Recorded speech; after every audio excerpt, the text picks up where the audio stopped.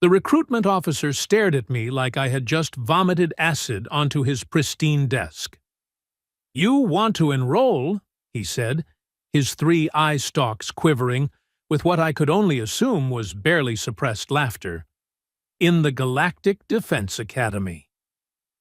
"That is correct," I replied, keeping my voice level. My translator chip rendered his Vexorian dialect into something comprehensible, though it couldn't quite capture the sheer disdain dripping from every syllable. Officer Krell, according to the nameplate that seemed entirely too shiny for someone with his attitude, leaned back in his hover chair, which groaned under his bulk. He was a typical Vexorian, 6 limbs, mottled purple skin, and an ego roughly the size of a small moon. Behind him, holographic displays showed new recruits going through their paces, young and eager cadets who probably thought war was some glorious adventure. I knew better. "Listen, human," Krell said, pronouncing the word like it was something he had scraped off his boot. "The Academy is for serious candidates. Not every species that discovers faster than light travel gets to play soldier." "I am not here to play," I said quietly. He laughed, a wet, bubbling sound that made my skin crawl. "Of course you are. You little bipeds always are. Do you have any idea what the training entails? The physical requirements alone would crush someone of your limited physiology." I slid my datapad across his desk. "My service record." Krell barely glanced at it. "I do not need to see your participation awards from whatever backwater conflicts you people engage in. The Academy accepts candidates based on potential, not on whatever skirmishes you have survived against other primitives." Something hot and sharp twisted in my chest, but I kept my expression neutral. I had not come this far, had not survived this much, to let some bureaucratic fool with delusions of superiority ruin this for me.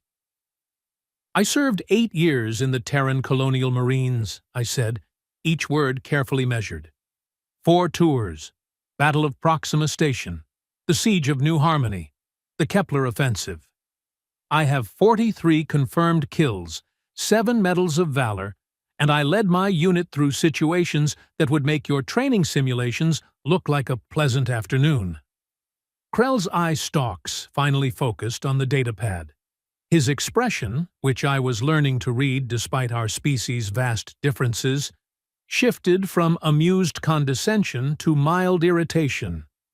"Terran conflicts," he said, waving a dismissive tentacle, "mean nothing here. The threats we face in the wider galaxy make your species' little territorial disputes look like childish squabbles." "Then I suppose I have much to learn," I said, fighting to keep the edge out of my voice. "That is why I am here." "You will fail," Krell said flatly. "Human physiology is not suited for modern warfare. You are too fragile, too slow, too limited. You lack the neural capacity for proper tactical integration. Your sensory range is pathetically narrow, and your combat endurance is laughable by galactic standards." I met his gaze, all 3 of them, and did not blink. "Then you should have nothing to worry about when I prove you wrong." Something flickered across his face. Surprise? Respect? Hard to tell. After a long moment, he jabbed a tentacle at a holographic form that materialized in front of me. "Fill this out.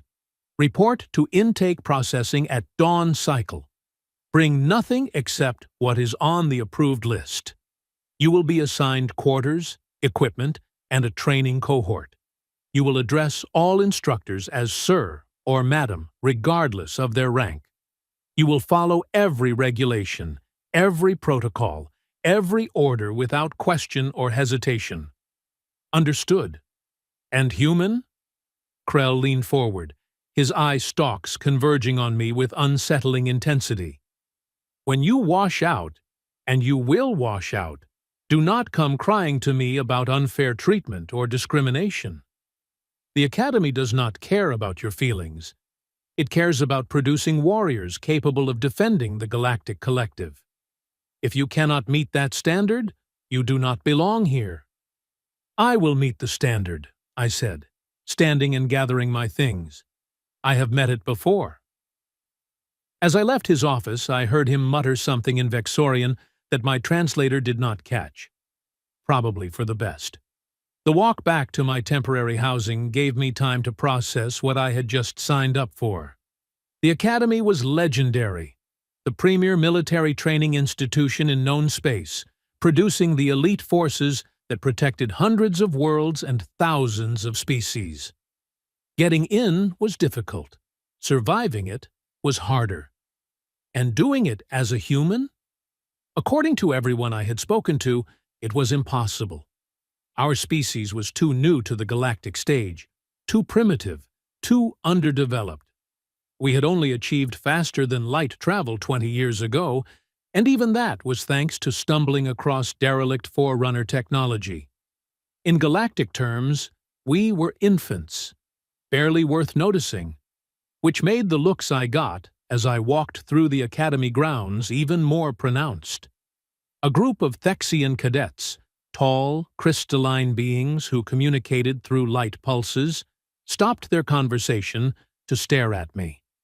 Their bodies flickered with what I had learned was amusement. Down another path, a pair of heavily armored Kryn turned their massive heads to track my movement, their predatory eyes assessing me like I was prey that had wandered into the wrong territory. I kept walking, head high, shoulders back. Military bearing was universal, even if respect was not. My quarters turned out to be a small cube, barely large enough for the narrow cot, storage locker, and hygiene station crammed inside. The walls were the same sterile gray as every other military installation I had ever seen, which was oddly comforting. At least some things were consistent across species. I unpacked my few belongings, uniforms, personal hygiene items, a small, holographic frame displaying a photo I tried very hard not to look at too often. The faces smiling back at me were ghosts now, memories of a life that felt like it belonged to someone else. That was why I was here. Why I needed this. The demons did not go away just because the war ended. They just got quieter. Dawn cycle came too early and too bright. The Academy operated on a standard galactic time system that my circadian rhythm was still trying to adjust to. I dragged myself out of bed, threw on my new cadet uniform, which fit poorly and was made from some material that felt like sandpaper against my skin, and headed to the processing center. The assembly hall was massive, easily large enough to hold several thousand beings, and it was full. Cadets from dozens of species clustered in groups, chattering in languages my translator struggled to keep up with. The noise was overwhelming, a cacophony of sounds that ranged from melodic to harsh to downright painful. I found a spot near the back and waited. A figure materialized on the stage, literally materialized, phasing into existence like something from a bad science fiction holovid. She was Fozari, a species I had only encountered in briefings. Tall, ethereal, with skin that seemed to be made of flowing liquid light. Her presence commanded immediate silence. "I am Commandant Vera," she said, her voice carrying effortlessly through the hall without any apparent amplification.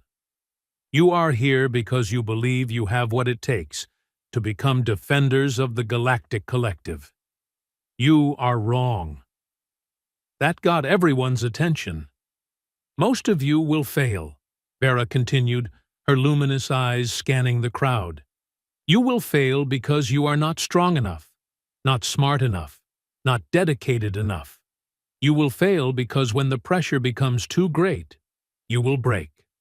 You will fail because you will realize that the cost of this path is more than you are willing to pay."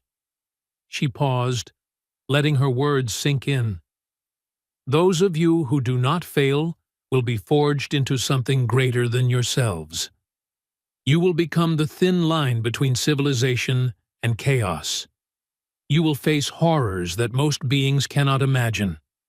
And you will do so willingly, because that is what duty demands. I felt something stir in my chest. Recognition, maybe, or remembrance. You will be sorted into training cohorts of 20 cadets each, Vera said.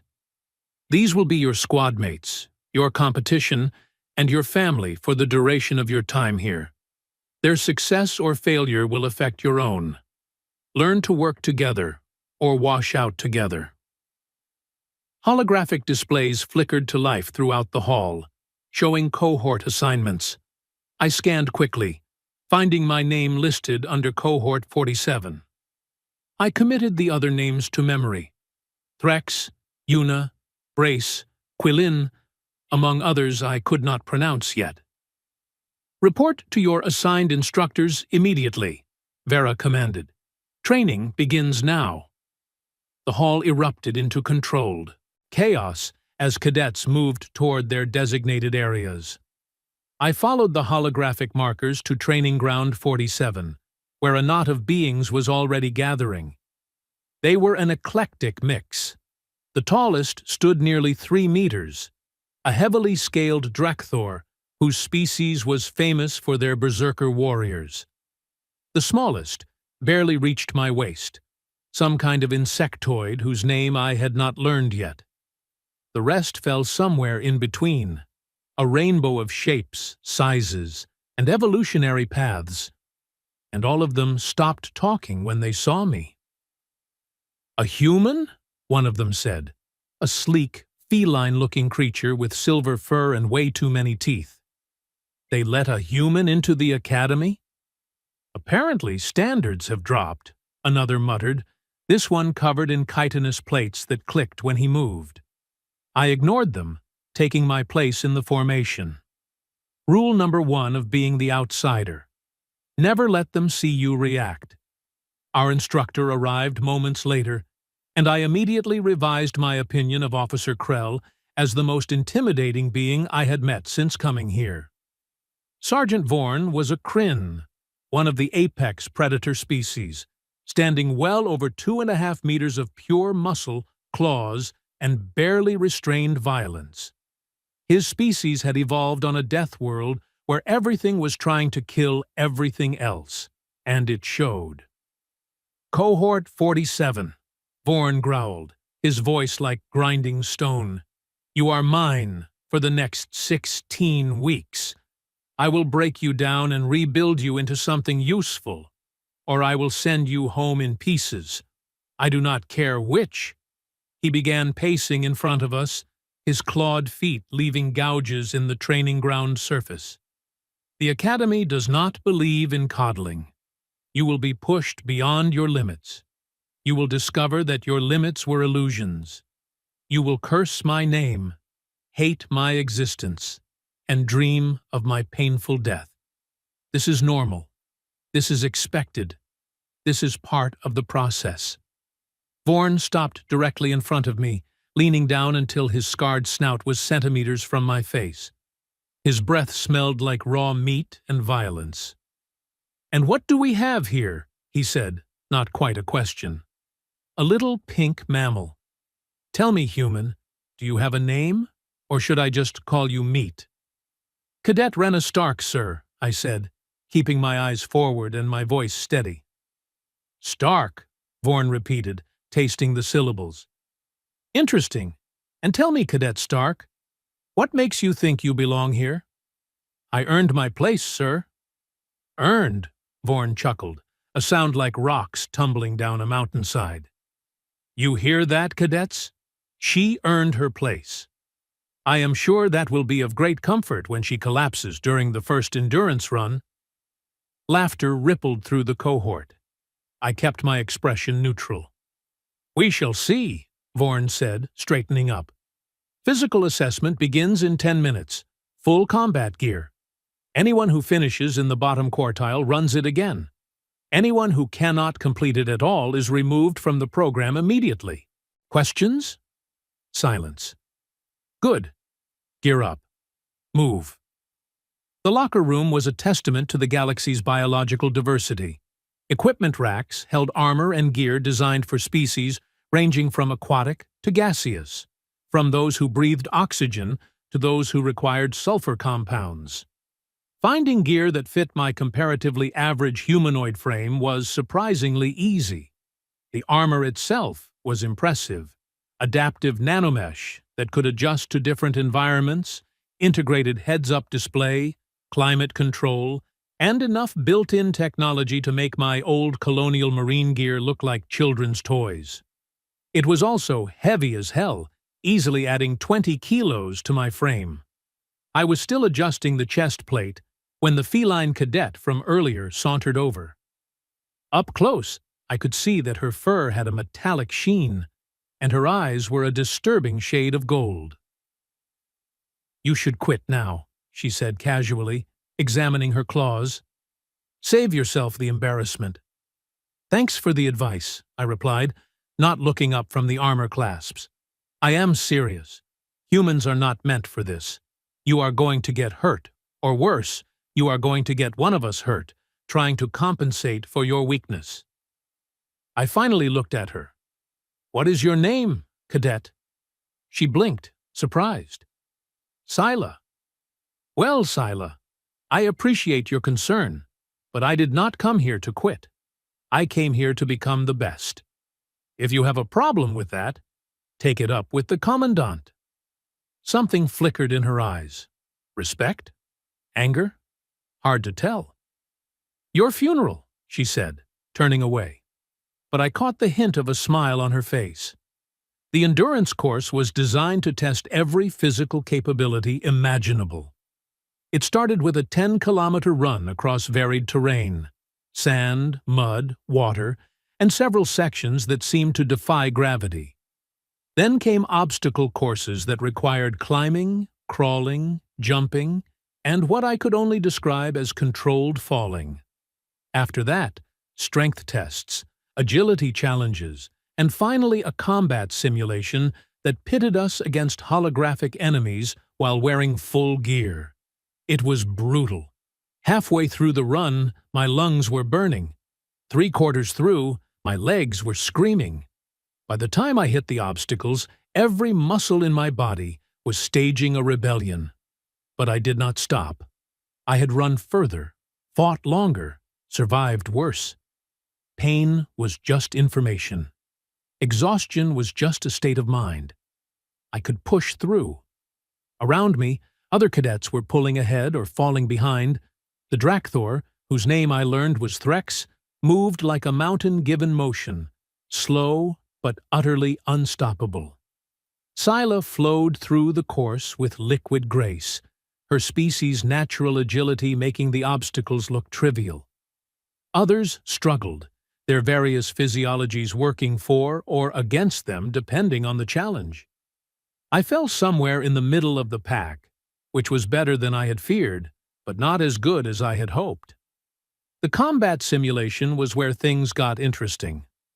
Holographic enemies, materialized with disturbing realism, their weapons firing stun rounds that felt real enough to make my point.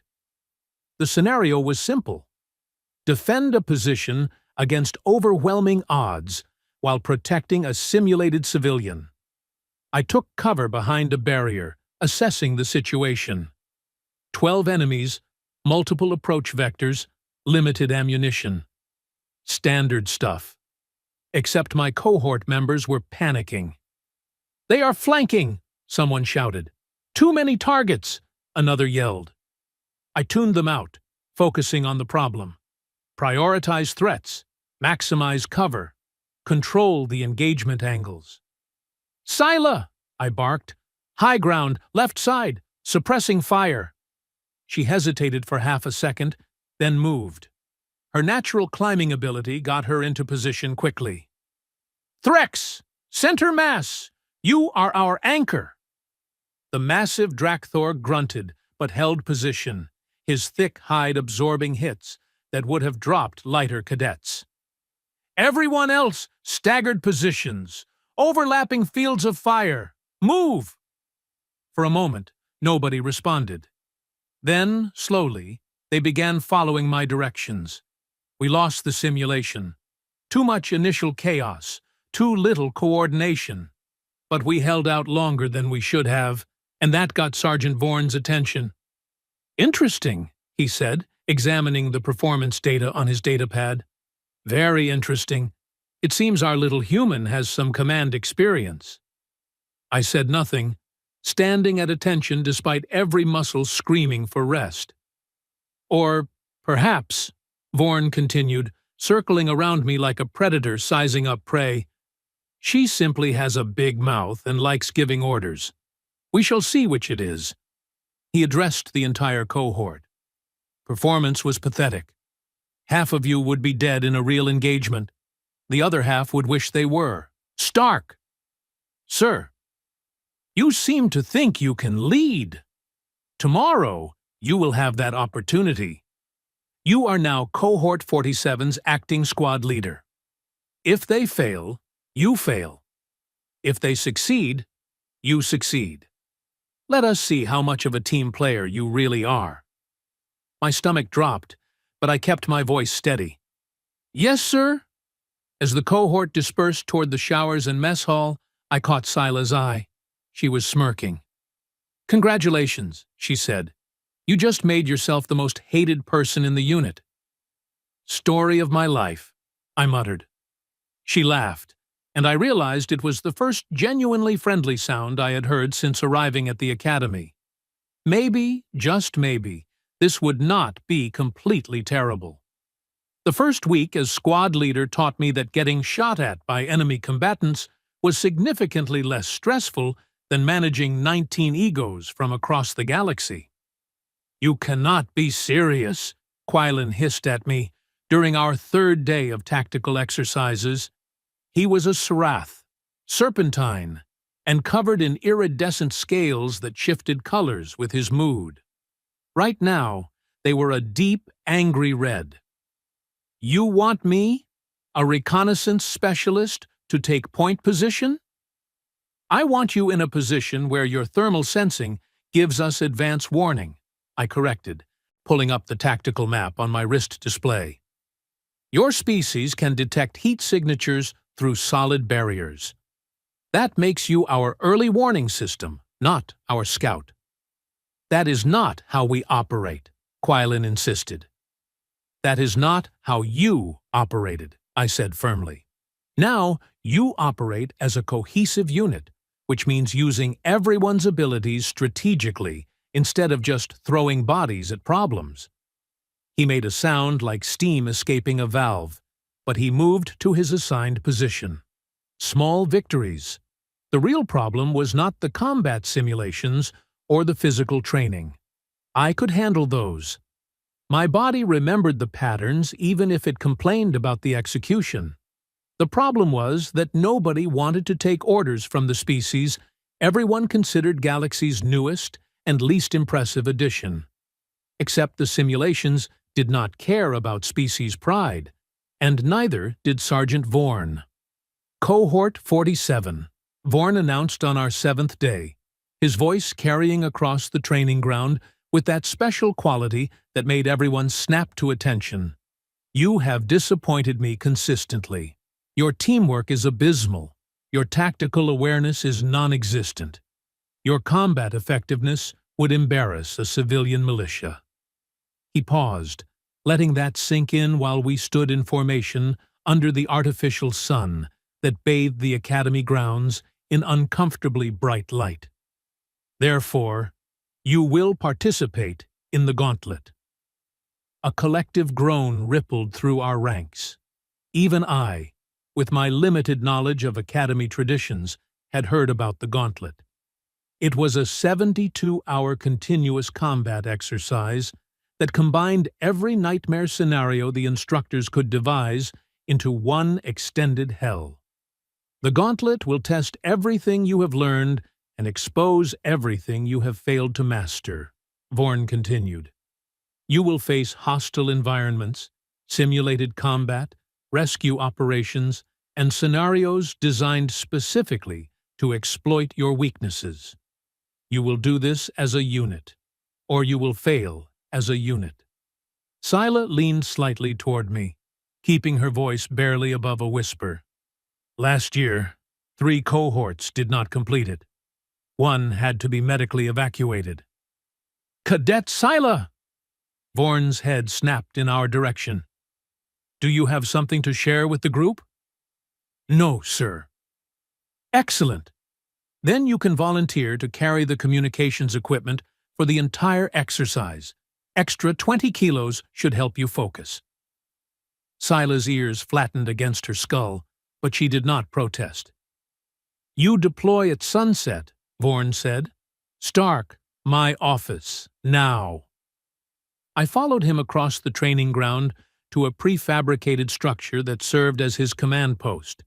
Inside, holographic displays showed real-time data from dozens of training exercises happening simultaneously across the Academy's vast grounds. Sit, Vorn ordered, gesturing to a chair that was definitely not designed for human proportions. I perched on the edge awkwardly. I have been reviewing your file, he said, pulling up my service record on his display. 8 years, 4 tours, multiple commendations. Battle of Proxima Station, where you held a breach point for 17 hours with half your unit dead or wounded. 16 hours and 42 minutes, sir, I said quietly. But who is counting? His eyes, amber and unsettling, fixed on me. You are the only human currently enrolled in the Academy. Did you know that? I suspected, sir. Do you know why that is? Because most humans are smarter than I am, sir. Vorn's mouth split into something that might have been a smile on a less terrifying face. Because most humans lack the particular brand of stubbornness required to endure what we do to cadets here. Your species is soft, Stark. Physically weak compared to most galactic standards. Your reaction times are mediocre, your sensory range is limited, your natural armor is non-existent. Yes, sir.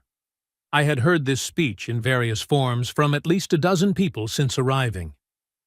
And yet, Vorn continued, you have not quit. You have not complained. You have not made excuses. You simply adapt and continue forward. Why? The question caught me off guard. Permission to speak freely, sir. Granted. Because I have nothing to go back to, I said, the words coming out more honestly than I intended. My unit was disbanded after the war. My family is gone. My home world feels like a museum of a life that does not fit anymore. This, what we do here, is the only thing that makes sense to me anymore. Vorn studied me for a long moment. You are running from something. No, sir. I am running toward something. There is a difference. Is there? He turned back to his displays. The gauntlet will break you, Stark. Not because you lack skill or determination, but because your body has limits that other species do not share. When your cohort needs you most, your biology will betray you. Then I will find a way to work around it, sir. Or you will get yourself killed and take others with you. He waved a clawed hand toward the door. Dismissed. Prepare your team.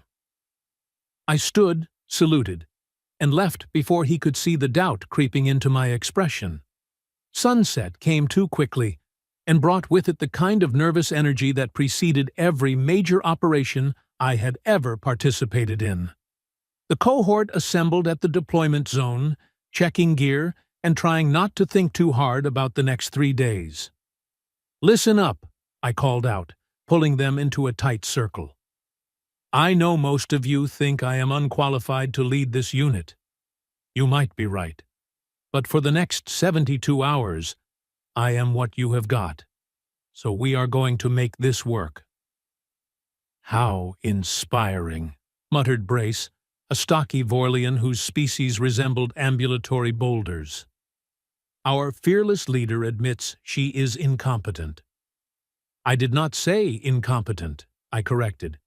I said You think I am unqualified. There is a difference.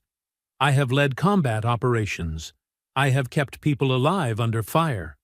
What I have not done is work with a multi-species unit, which means I need all of you to communicate your capabilities and limitations clearly. No ego, no pride, just honest assessment. That got their attention. Threx, I pointed to the massive Drakthor. You are our heavy. High durability, immense strength, but slower mobility. You anchor defensive positions and handle obstacles that would stop the rest of us. He nodded slowly.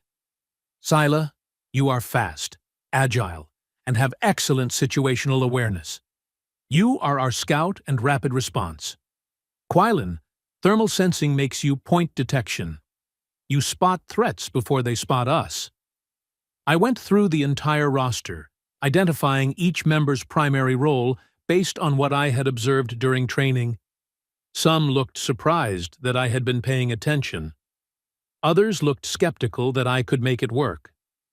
We have cadets who can survive vacuum exposure, process toxins, see in multiple spectrums, and communicate across distances without technology, I continued. Separately, these are interesting abilities.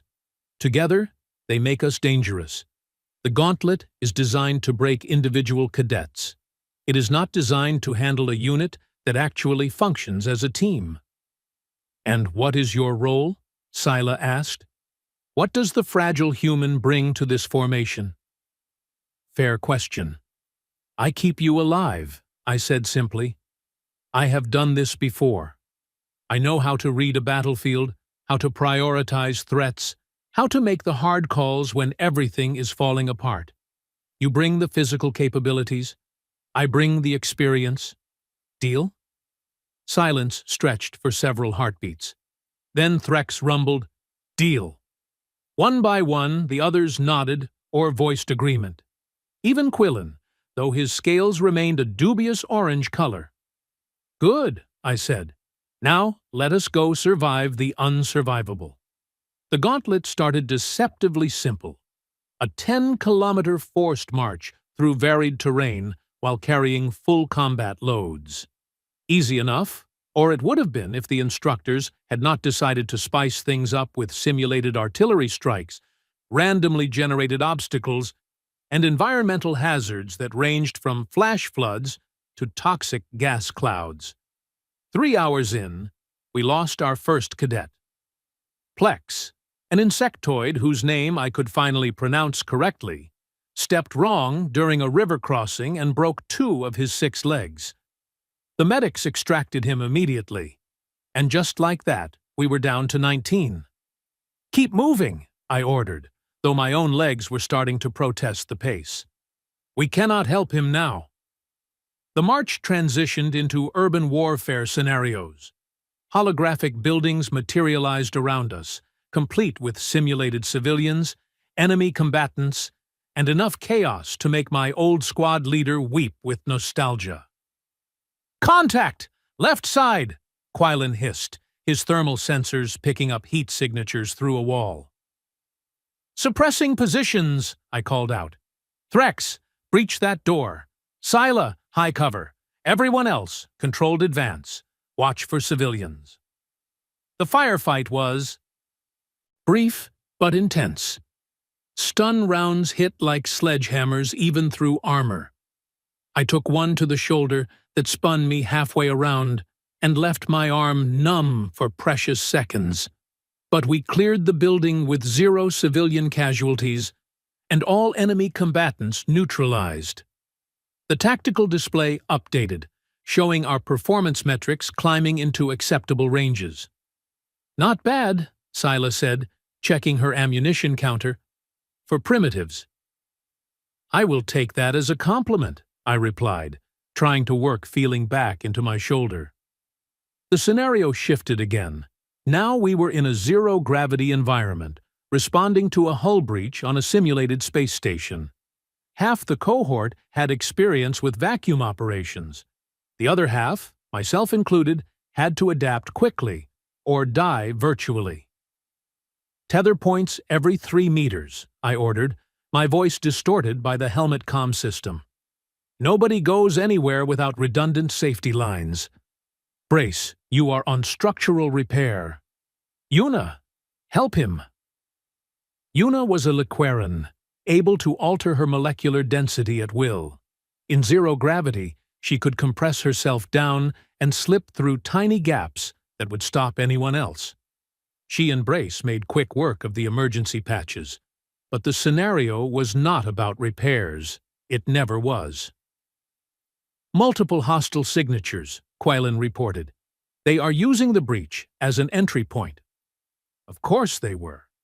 Fighting in zero gravity while managing inertia, limited mobility, and vacuum exposure was its own special kind of nightmare. We lost 2 more cadets to simulated injuries that would have been fatal in real conditions.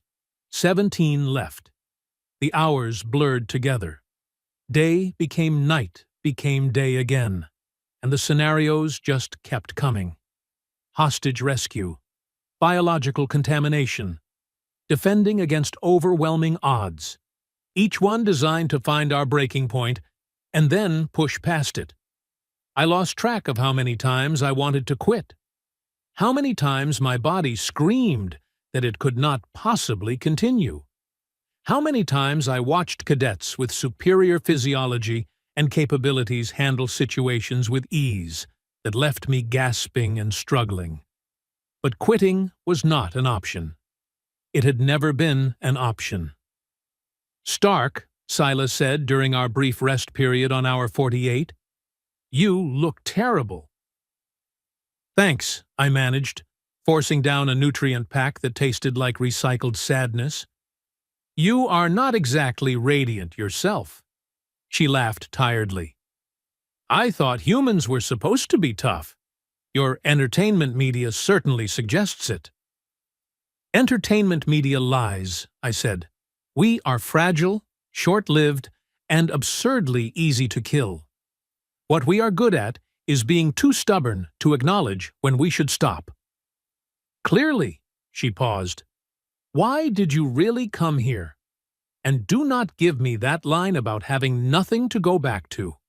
Nobody subjects themselves to this level of punishment without a better reason." I was quiet for a long moment, watching the rest of the cohort in various states of exhausted recovery. Finally, I said, "I lost my entire unit in the last battle of the war. 23 people I had trained with, fought alongside, considered family. We walked into an ambush that intelligence swore was not there. I was the only survivor." Sila's ears drooped. "I am sorry."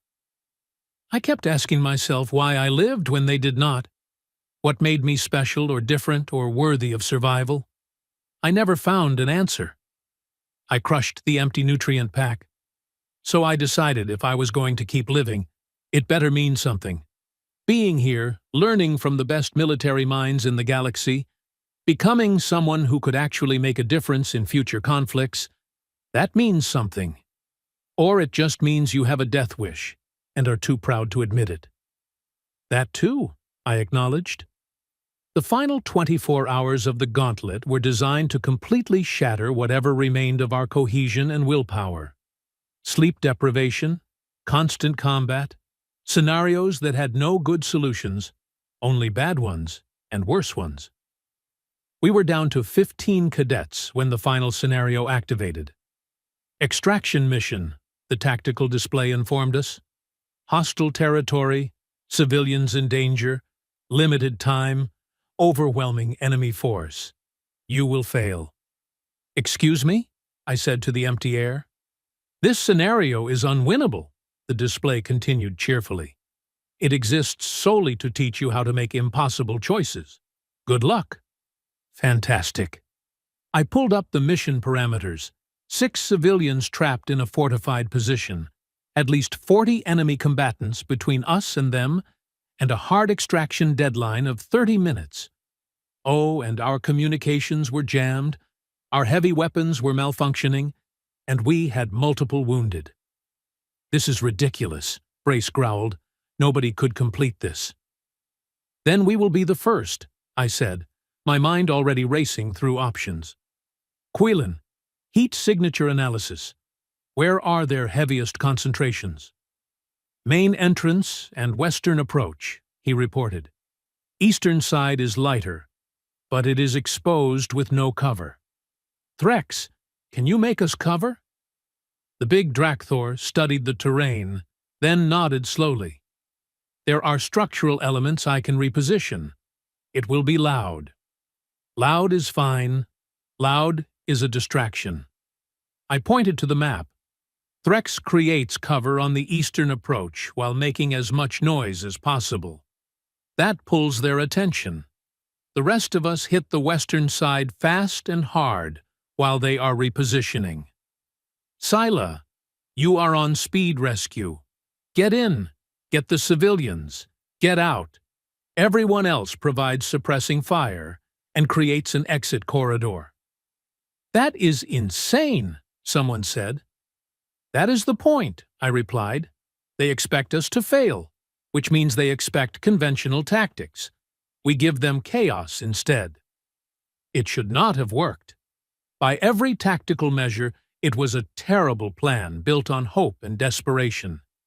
But sometimes, hope and desperation are enough. Threx tore apart the eastern fortifications like they were made of paper, creating a noise that echoed across the entire training ground. The enemy AI, programmed to respond to threats, shifted forces to counter what appeared to be our main assault. We hit the western side like a hammer.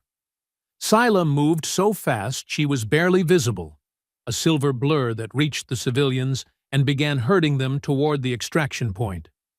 The rest of us laid down suppressing fire that was more about volume than accuracy, keeping enemy heads down while our people moved. We lost 3 more cadets in the extraction. Simulated kills, but they still had to stop fighting and watch from the sidelines as the rest of us struggled forward. But we got the civilians out. All 6 of them. As the scenario ended and the holographic environment dissolved, we collapsed where we stood.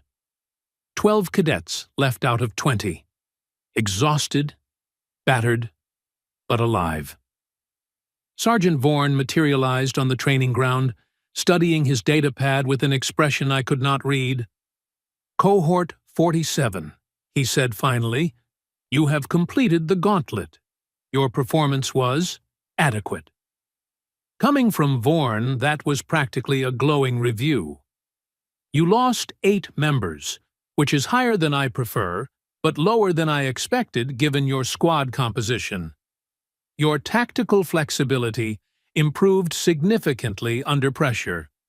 Your ability to adapt to your leader's unorthodox strategies was interesting. He turned his attention to me specifically. Cadet Stark, you pushed your body past reasonable limits multiple times during this exercise. You show signs of significant physical exhaustion and are borderline medically unfit for duty. Yes, sir, I said, too tired to argue.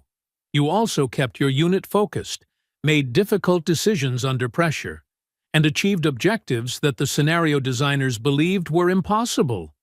Your ability to maximize your team's diverse capabilities while minimizing your own physical limitations shows promise.